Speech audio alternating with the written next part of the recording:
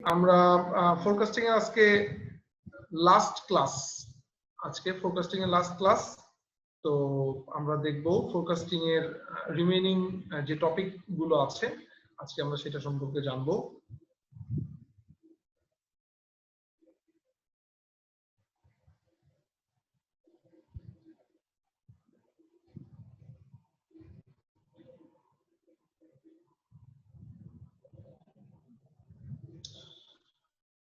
ওকে, আজকে আমরা জানবো forecasting error, coefficient of correlation এবং ট্র্যাকিং সিগন্যাল সম্পর্কে।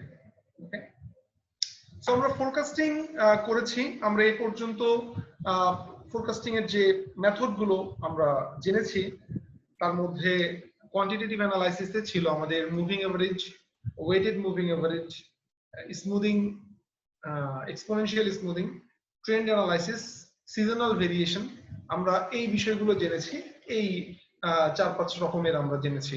এক্সপোনেনশিয়াল স্মুদিং এর ক্ষেত্রে আমরা আলফার ভ্যালু, স্মুদিং কনস্ট্যান্ট, এটার ভ্যালু আমরা 3-4 রকম করে নিয়ে আমরা অ্যানালাইসিস করেছি। ট্রেন্ড প্রজেকশন আমরা দেখেছি যে বেস্ট ফিটেড লাইন কিভাবে জেনারেট করা যায় স্ট্যাটিস্টিক্যাল টুল ইউজ করে এবং প্রিভিয়াস ডেটা কে নিয়ে। তো আজকে আমরা সেগুলোর এরর নিয়ে আলোচনা করব, how we can calculate the error of A forecasting. Okay, at first আমরা 3 রকমের ফোরকাস্টিং এরর নিয়ে আলোচনা করব। প্রথমটা হচ্ছে মিন অ্যাবসলিউট ডেভিয়েশন, সংক্ষেপে MAD বলা হচ্ছে। এটার ফর্মুলাটা একটু দেখি, অ্যাকচুয়াল মাইনাস ফোরকাস্ট এর সামেশন।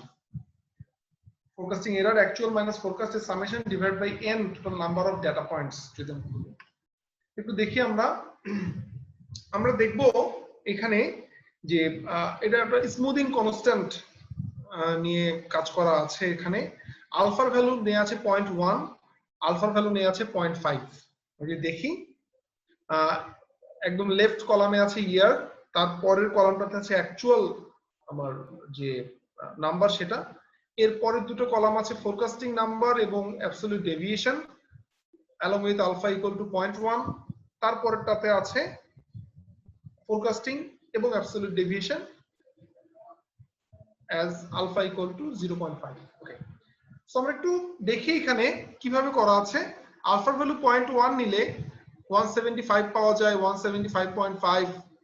এটা কিভাবে আসে এটা আমি এক্সপ্লেইন করছি না। স্মুদিং যে ফর্মুলা আছে, এক্সপোনেনশিয়াল স্মুদিং ফর্মুলা আছে, সেই ফর্মুলা অনুযায়ী আসলে এই ভ্যালুগুলো ক্যালকুলেট করা আছে এখানে। তো আমরা শুধু এরর গুলো দেখি। ডেভিয়েশন আমরা যদি দেখি এখানে 180 মানে 175, 5 টু 1 মিনিট সময় দাও, একটু ক্লাস নিচ্ছি দেখো, ঠিক আছে।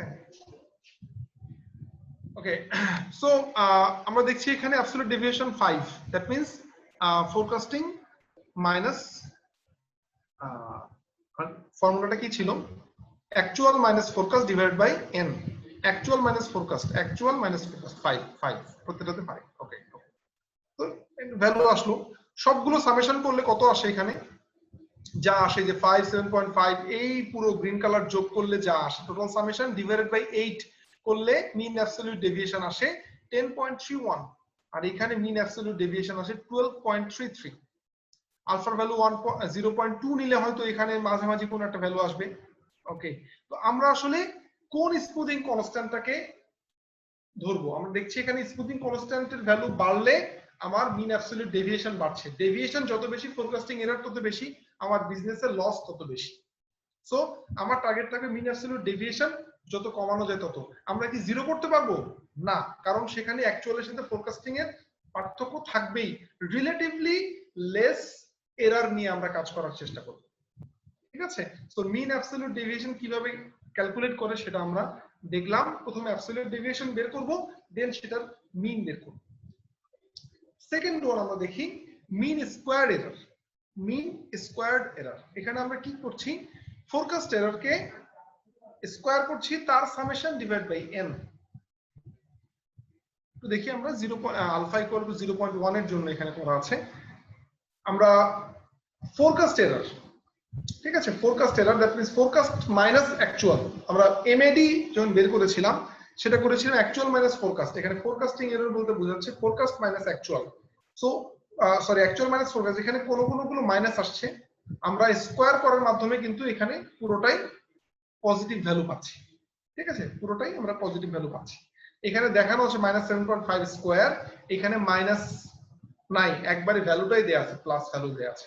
তো কি করেছি, এই সবগুলো যোগ করে আমরা এই দিয়ে ডিভাইড করলে মিন স্কোয়ার্ড এরর আসে 190.8।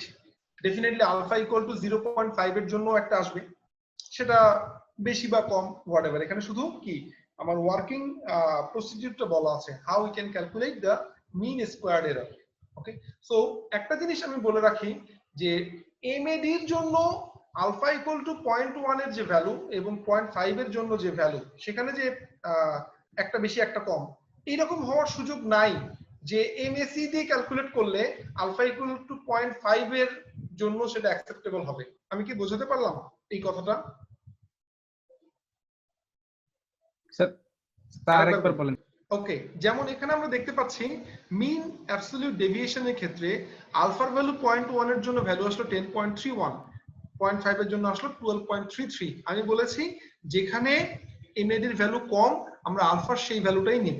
ওকে, এখন মাথায় আসতে পারে তাহলে মিন স্কোয়ার্ড এররের ক্ষেত্রে কি হবে। আসলে মিন স্কোয়ার্ড এররের ক্ষেত্রেও যদি আলফার ভ্যালু 0.1 নিয়ে আসলে যে ভ্যালু আসবে, মিন স্কোয়ার্ড এরর যেটা আসবে আলফা ইকুয়াল টু 0.5 এর ক্ষেত্রে মিন স্কোয়ার্ড এরর অবশ্যই ওই 0.1 এর মিন স্কোয়ার্ড এররের থেকে বেশি হবে। তার মানে ওই ক্ষেত্রেও অ্যাকসেপ্টেবলটা হবে আলফা ইকুয়াল টু 0.1। এবার ক্লিয়ার?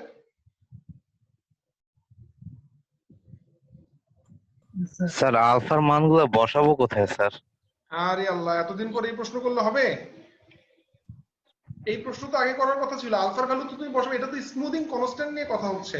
এক্সপোনেনশিয়াল স্মুথিং যে ফর্মুলা আছে না, ইয়েস স্যার। হ্যাঁ, সেইখানে আলফার ভ্যালু বসাবো। আমরা তো এন্ড রেজাল্ট নিয়ে আলোচনা করছি। ইয়েস স্যার, ঠিক হ্যাঁ, আছে।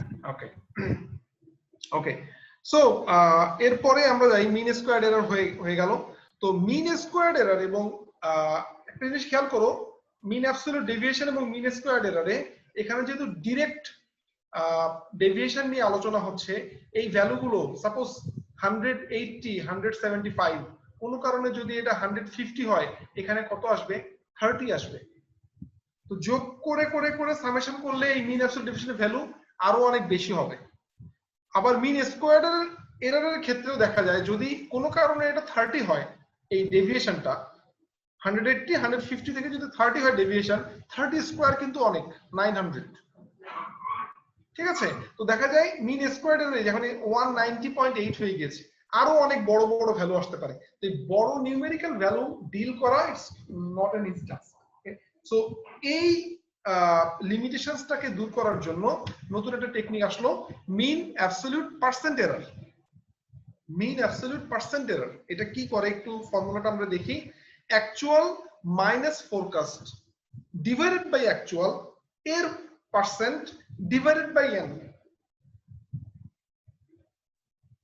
ঠিক আছে, আমরা একটু ফর্মুলাটা আমরা একটু এক্সপ্লেনেশনে দেখি, খেয়াল করি আমরা কিভাবে আসছে ভ্যালুটা।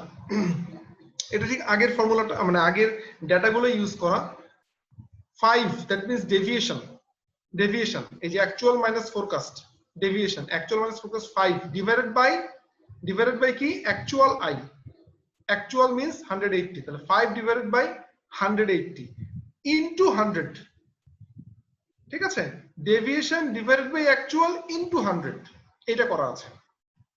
তাহলে কত আসলো? 2.78%, মানে পার্সেন্টেজ বের করলাম। এবার কি বলছে? Mean absolute percent error. তাহলে এইটা হলো অ্যাবসলিউট পার্সেন্ট এরর, সেইটাকে যোগ করে ডিভাইড বাই 8 দিয়ে ভাগ করলে আসবে মিন অ্যাবসলিউট পার্সেন্ট এরর। তারপর এখানে সামেশন করে n দিয়ে ভাগ, 0.1 এর জন্য আসছে 5.59%। তাহলে এমএসই এর ক্ষেত্রে এই ভ্যালুটা কত এসেছিল? 190.8। এমএডি এর ক্ষেত্রে এসেছিল 10.31, whereas এখানে আসলো 5.59। ওভারঅল ভ্যালুটা কিন্তু কমে গিয়েছে। ওকে, আবারও বলছি, কোনো কারণে এমএডি এবং এমএসই তে আলফার যে ভ্যালুটা অ্যাকসেপ্টেবল সেই ভ্যালুটা তুমি এই ফর্মুলা দিয়েও যদি ইউজ করো আলফার ওই ভ্যালুটাই অ্যাকসেপ্টেবল হবে। দ্যাট মিন্স এই পুরো মডেলে আলফার ভ্যালু 0.1 ই অ্যাকসেপ্টেবল, দেন 0.5। তাহলে আমরা ফোরকাস্টিং এরর সম্পর্কে জানলাম যে এমএডি, এমএসই এবং এমএপিই, মিন অ্যাবসলিউট ডেভিয়েশন, মিন স্কয়ার এরর এবং মিন অ্যাবসলিউট পার্সেন্ট এরর। ওকে, গেল। আমরা এবার নতুন টপিকে আসি। হ্যাঁ বলো। স্যার আলফার মান কি 0.1 এর চেয়ে আর কম নেওয়া যাবে না স্যার? আলফার ভ্যালু 0 থেকে 1 পর্যন্ত ভেরি করে, ঠিক আছে? তুমি 0.05 দিতে পারবে, কোনো সমস্যা নেই। এখন স্যার আমরা জাস্ট দুইটা ভ্যালু নিয়ে ক্যালকুলেশন করে ডিসিশন দিয়ে দিব? আরে এটা তোমাকে যখন কোশ্চেনে দেয়া হবে যে হুইচ ওয়ান ইজ বেটার, তখন তুমি কিভাবে চুজ করবা? আলফার মানটা দিয়ে দিবে ওই কোশ্চেনে? ডেফিনেটলি। আচ্ছা স্যার, তাহলে তো অসুবিধা নেই। হ্যাঁ, okay. Correlation coefficient, COC, coefficient of correlation, এটাও বলা যায়। এটা আসলে কোথা থেকে আসলো? আমরা একটু ফিগারটা দেখি। এইখানে পজিটিভ এবং নেগেটিভ কোরিলেশন দেয়া আছে। এখন কোরিলেশনে দুইটা ভেরিয়েবল লাগবে, এক্স এবং ওয়াই, ঠিক আছে? এই যে আমরা ট্রেন্ড প্রজেকশন করেছি, মনে আছে তোমাদের ট্রেন্ড প্রজেকশন? মনে আছে? ট্রেন্ড প্রজেকশনে কিন্তু এক্স এর ভ্যালুর উপর ডিপেন্ড করে ওয়াই এর ভ্যালু আমরা ক্যালকুলেট করি। এক্স এর ভ্যালু বাড়লে ওয়াই এর ভ্যালু কমে কি না, নাকি একই থাকে, নাকি বাড়ে? তাহলে এখানে তিনটা ভেরিয়েশন আছে। একটা হচ্ছে এক্স এর ভ্যালু শুধু ওয়াই এর ভ্যালু বাড়তে পারে, সমান থাকতে পারে, কমতে পারে। তো এই যে এরা নিজেদের মধ্যে কিভাবে রিলেটেড, এই ইনফরমেশনটা দেওয়ার জন্য আসলে কোরিলেশন কোএফিশিয়েন্ট এসছে। আর স্মল আর একটা ভেরিয়েবল, এই আর এর ভ্যালু দেখলেই বোঝা যায় যে এক্স এর সাথে ওয়াই এর ভেরিয়েশনটা বা ডিপেন্ডেবিলিটিটা কেমন। যেমন আর এর ভ্যালু যখন 0, ধরে নিতে হবে এক্স এবং ওয়াই এর মধ্যে কোনো রিলেশন নাই, এক্স বাড়ুক ওয়াই এর কোনো চেঞ্জ হবে না। যদি পজিটিভ ভ্যালু হয় আর এর, তাহলে বুঝতে হবে যে ইনক্রিজিং, এক্স এর ভ্যালু ইনক্রিজ করলো, ওয়াই এর ভ্যালু ইনক্রিজ করলো। যদি নেগেটিভ ভ্যালু হয় আর এর, সেক্ষেত্রে আমরা বলতে পারি এক্স এর ভ্যালুর সাথে সাথে ওয়াই এর ভ্যালু আস্তে আস্তে কমবে। এই ভ্যালুটা আমরা বের করব। এটা হচ্ছে একটা স্ট্যাটিস্টিক্যাল টুল। খেয়াল করো এখানে ট্রেন্ড প্রজেকশন আমরা কি করেছিলাম, আমরা বি বের করেছিলাম, small y equals to a plus b x. সেখানে বি বের করেছিলাম। এই বি বের করার যে ফর্মুলা ছিল সেটাও কিন্তু এই ধরনের স্ট্যাটিস্টিক্যাল ফর্মুলা ছিল, এবং সেই ফর্মুলার যে ভেরিয়েবল ছিল সেগুলো আমরা পেয়েছি টেবিল থেকে। টাইম সিরিজ ডেটার এগেইনস্টে অ্যাকচুয়াল এবং ফোরকাস্টিং যে ভ্যালু, সেই ভ্যালু থেকে আমরা summation of x, summation of y, summation of x y, এই রিলেটেড ভ্যালুগুলো আমরা পেয়েছি। ওই একই টেবিল থেকে ভ্যালুগুলো বের করে কিন্তু স্মল আর বের করা সম্ভব, ঠিক আছে? স্মল আর কে বলা হচ্ছে correlation coefficient, to find out the relation between two variables x and y in trend projection. Okay, এবার আমরা আসি ট্র্যাকিং সিগন্যাল। ট্র্যাকিং সিগন্যালটা কি? Tracking signal monitors any forecast that have been made in comparison with actuals and warns when there are unexpected departures of the customs from the forecast. খেয়াল করো, যদি ফিগারটা আমরা দেখি তাহলে বুঝতে পারবো একটা আপার কন্ট্রোল লিমিট আছে, একটা লোয়ার কন্ট্রোল লিমিট আছে। যে ডেভিয়েশন তো হবেই, ফোরকাস্ট এবং অ্যাকচুয়ালে তো ডেভিয়েশন হবেই, মাস্ট। এই ডেভিয়েশনটার অ্যাকসেপ্টেবল রেঞ্জ কত দূর পর্যন্ত আমি রাখবো, আমি মনিটর করছি। একটা পর্যায়ে গিয়ে আমরা চিন্তা করবো যে এটা অনেক বেশি ডেভিয়েশন হয়ে যাচ্ছে, তখন আমি সিস্টেমটাকে আবার শাফল করব। তো এই যে মনিটর করছি আমাকে তো একটা রেঞ্জ থাকতে হবে, প্লাস টু মাইনাস একটা রেঞ্জ থাকতে হবে, যে এর মধ্যে যদি থাকে তাহলে আমি ধরে নিব এটা অ্যাকসেপ্টেবল। সেইটা আসলে কি? এখানে বলা যায় 0 MAD, that is mean absolute deviation. তাহলে মিন অ্যাবসলিউট ডেভিয়েশনে প্লাস আছে, মাইনাস আছে, আপার এবং লোয়ার। এখানে কিন্তু ফিক্স করা নাই যে কত MAD প্লাস বা কত এমএডি মাইনাস সেটা কিন্তু ফিক্স করা নাই, এটা ডিপেন্ড করছে প্রোডাক্টের উপরে, আমার ফোরকাস্টিং যে মেথড আছে তার উপরে ডিপেন্ড করছে। ওকে, এখন আমরা দেখতে চাই ট্র্যাকিং সিগন্যাল এই জিনিসটা, এই টার্মটা কিভাবে ইভালুয়েট করে, কিভাবে ক্যালকুলেট করে সেটা আমরা দেখব। ওকে, সো এখানে আমি পুরো টেবিলটাকে এক্সপ্লেইন করি। ইয়ার 1 to 6 অ্যাকচুয়াল দেয়া আছে, ফোরকাস্ট দেয়া আছে, এরর বের করা আছে, forecast minus actual, forecast minus actual, forecast minus actual নাকি অ্যাকচুয়াল মাইনাস ফোরকাস্ট, আচ্ছা অ্যাকচুয়াল মাইনাস ফোরকাস্ট বলা আছে, -10 -5 +15 -10 +15 +30। খুবই সিম্পল, এটা অ্যাকচুয়াল মাইনাস ফোরকাস্ট করলে আমরা ফোরকাস্টিং এরর পেয়ে যাচ্ছি। এবার আমরা সেই কিউমুলেটিভ এরর, কিউমুলেটিভ এরর কি জিনিস খেয়াল করো, -10 পরেরটাতে আসলো কি -10 -5 হয়ে -15, -15 +15 0, 0 -10 -10 -10 +15 +5 +5 +30 +35, কিউমুলেটিভ এরর হয়ে গেল। এবার আসি আমরা modulus of error, absolute error কত এখানে, তাহলে 10 5 15, তাহলে এই এররের সাথে কিন্তু মডুলাস অফ এরর বা অ্যাবসলিউট এরর 10 5 15 সব পজিটিভ ভ্যালু, 15 10 15 30। কিউমুলেটিভ আমার যে অ্যাবসলিউট এরর আছে সেটা কি 10 15, কিউমুলেটিভ এরর অ্যাবসলিউট এরর, এটা খেয়াল করো, এটা শুধু প্লাস মাইনাস করে দিলে হচ্ছে না, এটার সাথে কি করতে হবে, কিউমুলেটিভ অ্যাবসলিউট এরর কিভাবে বের করব, 10 10 + 5 15, 15 + 15 30 40 55 85। টেবিলটা আমরা এইভাবে জেনারেট করলাম। মনে হয় সবাই বুঝতে পেরেছো, not too tough task. Okay, tracking signal কি জিনিস, tracking signal equal to cumulative error by MAD. MAD বের করার ভ্যালু আমরা জানি, এমএডি আমরা কিভাবে বের করব, summation of error divided by N, summation of error divide by N. Okay, এখন খেয়াল করো ইয়ার 1 এ কিউমুলেটিভ এরর হচ্ছে -10, absolute error 10, cumulative absolute error হচ্ছে 10, এটা কিন্তু লাস্ট টেবিল থেকে এসেছে, এই টেবিল থেকে কিন্তু এখানে গিয়েছে। হ্যাঁ, এবার এমএডি কত এখানে, ডেফিনেটলি এমএডি কত হবে, mean absolute deviation, that means absolute error divided by 1, মানে 10 ই আসবে, যেহেতু এখানে একটা মাত্র ভ্যালু নেই আছে, 10 আসবে এখানে ডেফিনেটলি। তাহলে ট্র্যাকিং সিগন্যালের ফর্মুলা কি, cumulative error by MAD, cumulative error হচ্ছে 10, কিউমুলেটিভ এরর হচ্ছে -10, কিউমুলেটিভ এরর হচ্ছে -10 divided by mean absolute deviation 10, that means -1 হচ্ছে ট্র্যাকিং সিগন্যাল। আমি পরেরটাতে যাই, একটু দেখি আমরা এটা কিন্তু আগে টেবিল থেকে নেয়া। তাহলে এইখানে এমএডি আসলো 7.5, কেন, অ্যাবসলিউট যে আমার এরর আছে, হ্যাঁ সেটা কত হলো 15, 15 ডিভাইডেড বাই 2, 15 ডিভাইড বাই 2 হচ্ছে 7.5।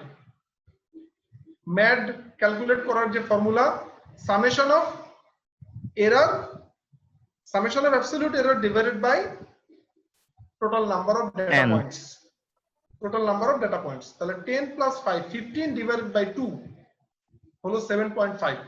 ট্র্যাকিং সিগন্যাল হচ্ছে cumulative error minus MAD, cumulative error হচ্ছে -15, এটা আমরা আগের টেবিল থেকে পেয়েছি, -15 ডিভাইডেড বাই 7.5, দ্যাট মিন্স -2।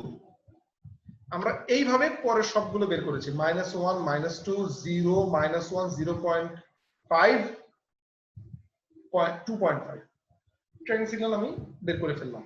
এখন আমাকে রেঞ্জটা চিন্তা করতে হবে যে এই আমি কত ট্র্যাকিং সিগন্যাল কে আমি পারফেক্ট ধরবো, এই যে এখানে আপার কন্ট্রোল লিমিট এবং লোয়ার কন্ট্রোল লিমিট কতটুকু হবে। আমরা দেখলাম যে ট্র্যাকিং সিগন্যাল আমাদের এখানে যে এক্সাম্পল যে ম্যাথ আছে সেখানে -2 থেকে +2.5 ট্র্যাকিং সিগন্যাল পর্যন্ত এটা মুভ করেছে।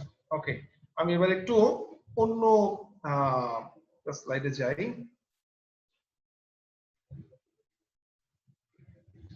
বইয়ের কপিটাতে একটু যাই।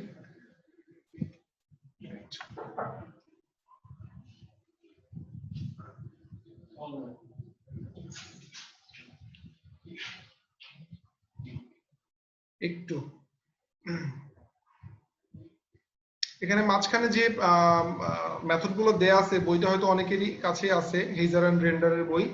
এখানে মাঝখানে টপিক গুলো কিন্তু তোমাদের পড়তে হবে না, মানে যা পড়াচ্ছি না সেটা আসলে পড়ার দরকার নেই, এটা একটু মাথায় রাখবা, বেশি পড়তে গিয়ে হেফাজত করিও না। মিনিট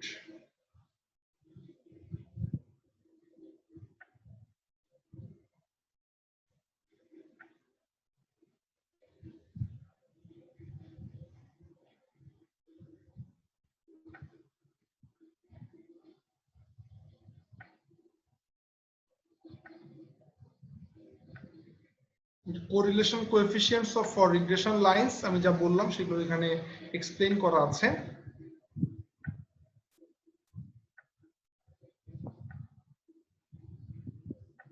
মাল্টিপল রিগ্রেশন তোমাদের লাগবে না। মনিটরিং এন্ড কন্ট্রোলিং ফোরকাস্ট, এখানে ট্র্যাকিং সিগন্যাল। ওকে, এখানে আমি একটু তোমাদের ডিস্ট্রাকশন করতে চাই।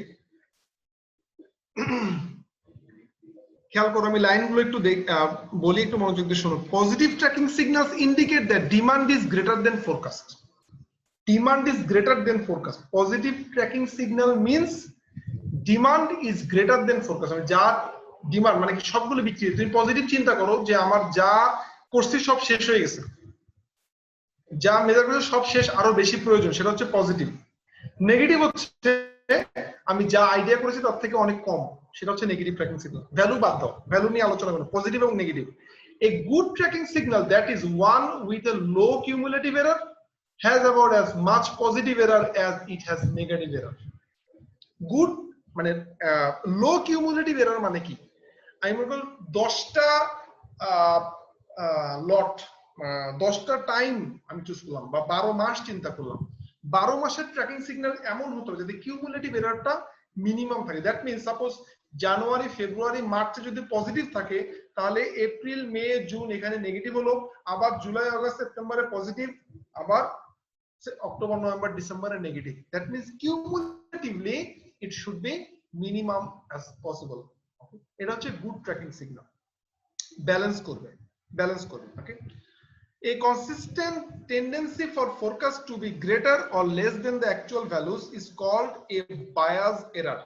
Bias can occur if the wrong variable or trend lines are used or if a seasonal index is misapplied. Bias error এখানে আসতে পারে, আমি এই এররটা সম্পর্কে আলোচনা করি নাই, এটা জাস্ট জানার জন্য, এটা পরীক্ষায় পড়ার মতো কোনো বিষয় না।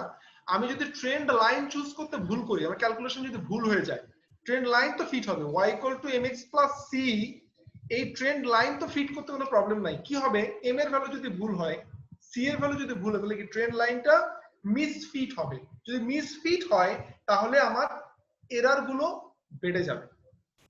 অথবা সিজনাল ইন্ডেক্স আমরা যেটা বের করেছিলাম, যে মাসের জন্য যতটুকু হওয়ার কথা সেখানে যদি আমরা একটা জায়গায় আরেকটা করে দিই, মাল্টিপ্লাই করে দিই সিজনাল ইন্ডেক্স দিয়ে, তখন আমার এই প্রবলেমটা আসতে পারে।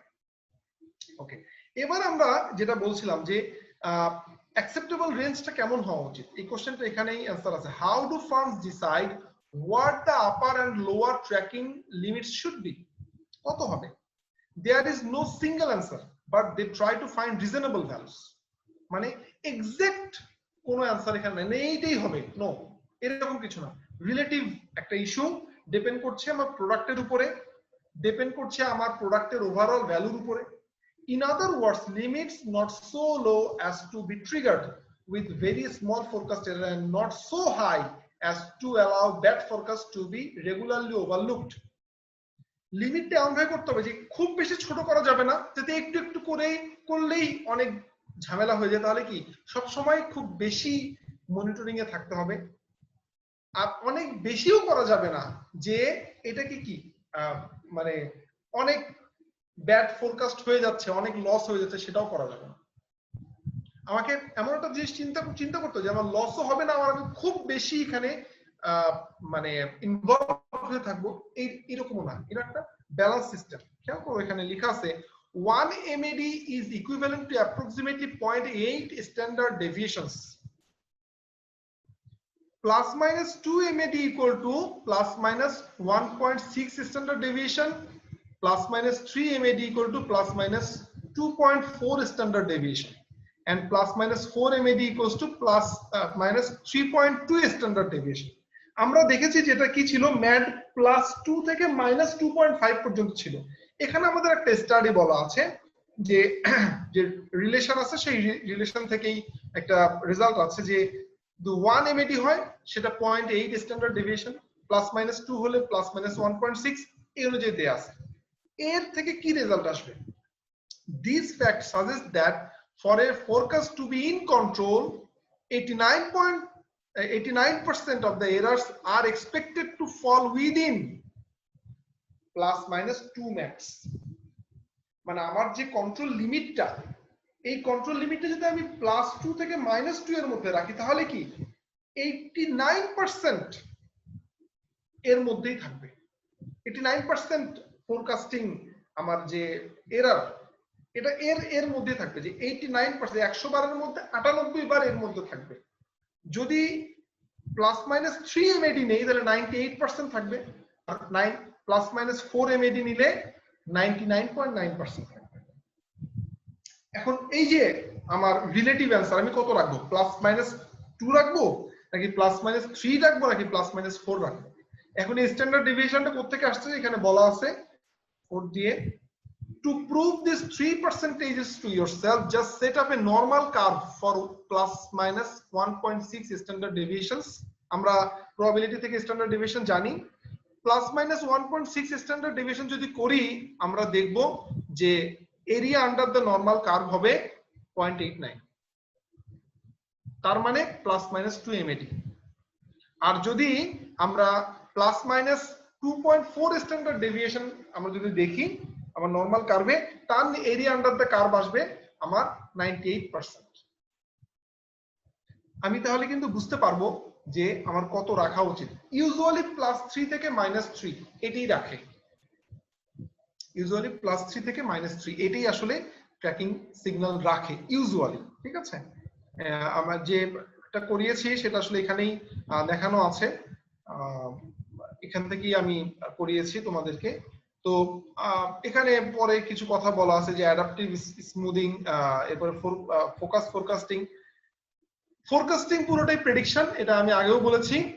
একটা স্পেসিফিক জিনিসের প্রোডাক্ট লাইফ সাইকেল, এটা কিন্তু ফোরকাস্টিং এর উপর অনেক বেশি রকমের প্রভাব আছে, এবং এটা তুমি হিস্ট্রিক্যাল ডেটা থেকেই তোমাকে একটা প্রোডাক্ট লাইফ সাইকেল গ্রাফটা ড্র করতে হবে। প্রোডাক্ট লাইফ সাইকেল গ্রাফটা তোমাদের সম্বন্ধে পড়ানো হয়নি, এটা মার্কেটিং এ আছে, এটা 4.2 তে পাবা। এই জিনিসটা আসলে যে একটা প্রোডাক্ট ইনিশিয়ালি যখন বাজারে লঞ্চ হলো, এরপর একটা সার্টেইন সময় পর্যন্ত কিন্তু এই প্রোডাক্টটা লসে থাকবে। যখন এর গ্রোথ আসবে আস্তে আস্তে তখন এর কি প্রফিটটা আসবে, একটা সময় পিকে যাবে, এবং পিকে যাওয়ার পর একটা সময় কিন্তু এটা ডিক্লাইনে যাবে। এই জায়গাটা আমাকে চুজ করতে হবে। একজন বিজনেসম্যানের অনেক বড় একটা মানে ম্যানেজিং কোয়ালিটি হচ্ছে ওই প্রোডাক্টের বিজনেসটা এখন কোন লেভেলে আছে সেটা চুজ করা, তার লাইফ সাইকেলটা কোথায় আছে সেটা চুজ করা। হ্যাঁ, এটা ইমিডিয়েট আমি যে ফোরকাস্টিং ডাটা বা অ্যাকচুয়াল ডাটা আছে, ফোরকাস্টিং না, ইমিডিয়েট যে অ্যাকচুয়াল ডাটা আছে সেখান থেকে আমাকে এই লাইফ সাইকেলটা ধরতে হবে, টেকনোলজির সাথে আমাকে অ্যাডপ্ট করে আমাকে এটা ধরতে হবে। যেমন এক্সাম্পল দিচ্ছি আমি, এখন সিআরটি মনিটর বাজারে নাই, এখন টাইপ রাইটিং যে টুল সেটা বাজারে নাই। ফিচার ফোনের থেকে এখন স্মার্টফোন বাজারে বেশি পাওয়া যাচ্ছে। ডে বাই ডে আমার টেকনোলজি চেঞ্জ হচ্ছে, ডে বাই ডে আমার যে কাস্টমারের মোটিভেশন চেঞ্জ হচ্ছে, কাস্টমারের ইন্টারেস্ট চেঞ্জ হচ্ছে। এর উপর ভিত্তি করে কিন্তু আমি প্রোডাক্টের ফিউচারটা আমাকে দেখতে পারতে হবে। অ্যাজ এ ম্যানেজার অথবা অ্যাজ এ বিজনেসম্যান আমাকে এই প্রোডাক্টের ফিউচারটা দেখতে হবে, যে ফিউচারে আসলে এই প্রোডাক্টটা কোথায় যাচ্ছে এটা আমাকে জানতেই হবে। ঠিক আছে, তোমার ইলেকট্রনিক্স যে ডিভাইস গুলো আছে সেগুলোর ফিউচারটা কোথায় যাচ্ছে এটা আমাকে দেখতে হবে। এগুলো কিন্তু ফোরকাস্টিং এর উপরে একটা ইফেক্ট আছে একটা প্রোডাক্ট লাইফ সাইকেলের। ঠিক আছে, তো এই মোটামুটি আমাদের আজকের ক্লাস। এইখানে ফোরকাস্টিং এরার সম্পর্কে আমরা জানলাম, আমরা ট্র্যাকিং সিগন্যাল সম্পর্কে জানলাম এবং কোএফিসিয়েন্ট অফ কোরিলেশন সম্পর্কে জানলাম। ঠিক আছে, তোমাদের যে হেজার এন্ড রেন্ডারের বইয়ে আরো অনেক টপিক আছে, সাবসেকশন অনেকগুলো আছে, সেকশনও আছে যেগুলো আসলে তোমাদের প্রয়োজন নাই। আমি যে টপিকগুলো পড়ালাম এই টপিকের বাইরে আসলে কোনো কিছুই পড়ার দরকার নেই আপাতত। যদি প্রয়োজন হয় আমি তোমাদেরকে বলবো যে হ্যাঁ এটা বাকি আছে, এটা পড়ো। ঠিক আছে, তো ফোরকাস্টিং নিয়ে তোমাদের যদি কোনো প্রশ্ন থেকে থাকে তোমরা করতে পারো। আমার রেকর্ডিংটা এখন বন্ধ করে দিলেই হয়।